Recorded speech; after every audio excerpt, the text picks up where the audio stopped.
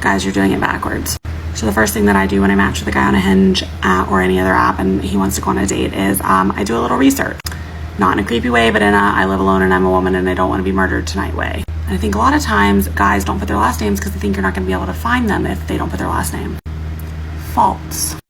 But I also think that a lot of times girls will just like drop the name on Instagram thinking they're going to hit gold. You won't. You really got to backflip it, twist it, and reverse it. So guys will give you your first name and nothing else and they think you can't find them, but they'll then give you like a full ass job title, like systems engineer at XYZ company, because they're really proud of what they do. I get it. Guys are, applauded for being providers. That's our societal way. Use that to your advantage. So you're not going to go on Instagram. You're going to go on LinkedIn.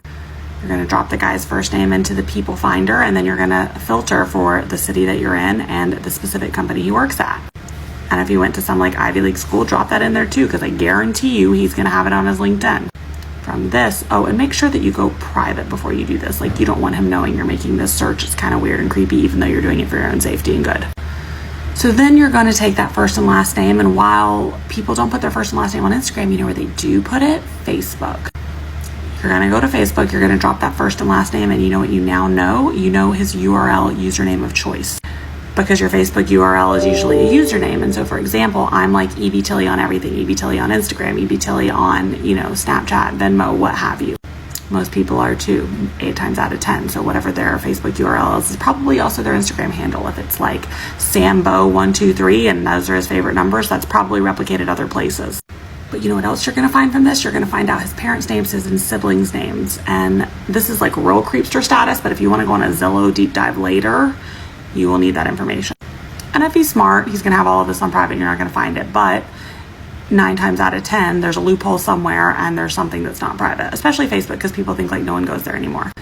Then you're going to drop this URL in Venmo, Snapchat, and Instagram and see what you find. By URL, I mean their like name of choice. You know what I'm talking about. Why Venmo? Because you want to know, is he paying for girls' drinks? Are people like paying rent to him? Does he have a car payment? Like these are things you might want to know. Did he buy a chainsaw last night? I don't know, I might want to know.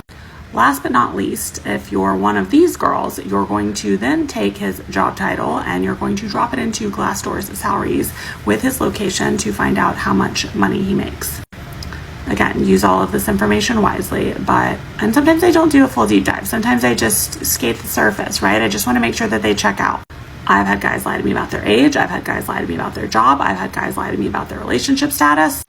And I, A, don't want to waste my own time, B, don't want to be a home wrecker, and C, again, don't want to get murdered tonight.